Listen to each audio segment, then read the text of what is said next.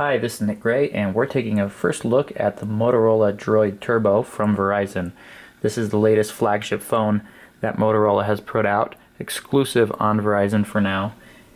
When it comes to the spec sheet, this device is certainly quite impressive. It features a 5.2-inch Quad HD display that's 1440 by 2560 with a pixel density of 565 pixels per inch.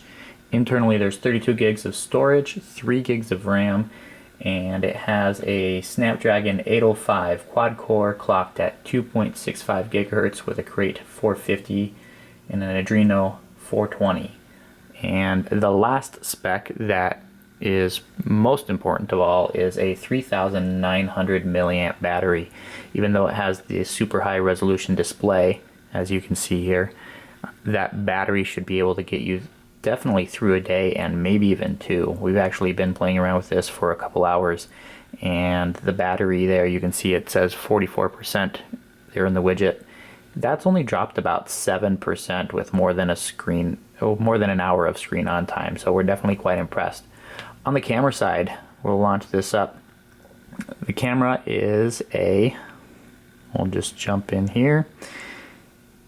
At 16:9 aspect ratio, it's a 15.5 megapixel camera. At a 4:3 aspect ratio, you're looking at 21 megapixels.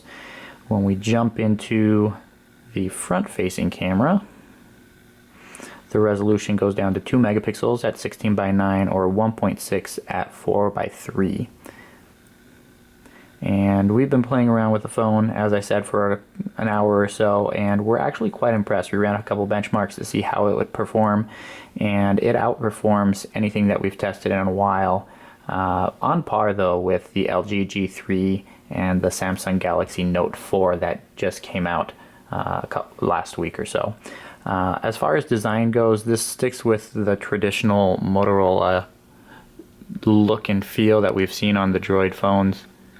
You have this weaved back texture here. We have the camera right there in the middle, Motorola logo, dual LED flash, 2 different colors there for a true tone, kind of like what Apple has been doing and HTC has done with the One M8 here.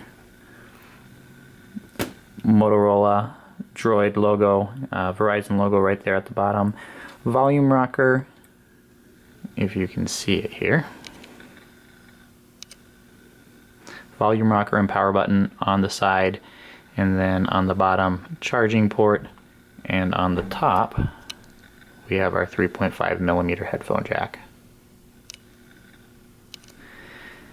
As far as UI goes, this phone is pretty similar to what we've seen Motorola put out on its Moto X devices. It's pretty close to stock Android. There are a couple extra applications. Since this is coming from Verizon, we've been able to count 18 or 19 bloatware apps that were pre-installed on this device, a whole bunch of Amazon apps, and then third-party apps like IMDb, NFL Mobile, and of course Verizon's navigation, VZ Protect, and stuff like that.